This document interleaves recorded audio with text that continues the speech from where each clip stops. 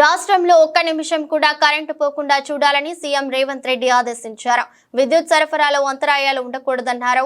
తెలంగాణ ఒక business hub గా మారనుందని, భవిష్యత్తు అవసరాలకు అనుగుణంగా విద్యుత్ అందుబాటులో ఉండేలా చూడాలని స్పష్టం చేశారు.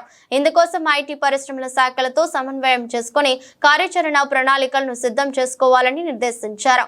బుధవారం ఆయన తన నివాసంలో విద్యుత్ శాఖపై సమీక్ష నిర్వహించారు.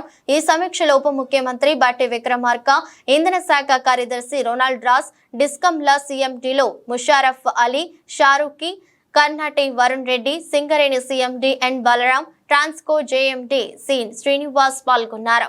ఈ సందర్భంగా సీఎం రేవంత్ రెడ్డి మాట్లాడుతూ రాష్ట్రంలో సౌర విద్యుత్ వినియోగం పెరిగేలా చర్యలు చేపట్టాలని, డిమాండ్ కు అనుగుణంగా విద్యుత్ ఉత్పత్తి చేయడానికి అవసరమైన చర్యలు చేపట్టాలని ఆదేశించారు. వివిధ శాఖల పరిధిలో వినియోగంలో లేని భూముల్లో సోలార్ ప్లాంట్లు ఏర్పాటు చేయాలన్నారు. అటవీ భూముల్లో కూడా సోలార్ యూనిట్లు పెట్టాలని సూచించారు. రాష్ట్రంలో విద్యుత్ స్థాపిత సామర్థ్యం 40,000 మెగావాట్లకు చేరుకునేలా చర్యలు చేపట్టాలని సీఎం రేవంత్ ఆదేశించారు. సబ్ స్టేషన్లు, ట్రాన్స్ఫార్మర్లపై అధిక లోడ్ను తగ్గించుకోవడానికి అవసరమైన చర్యలు చేపట్టాలని సూచించారు. వినియోగదారులకు 24 గంటలు కరెంటు నాణ్యమైన విద్యుత్తును సరఫరా చేయాలని స్పష్టం చేశారు.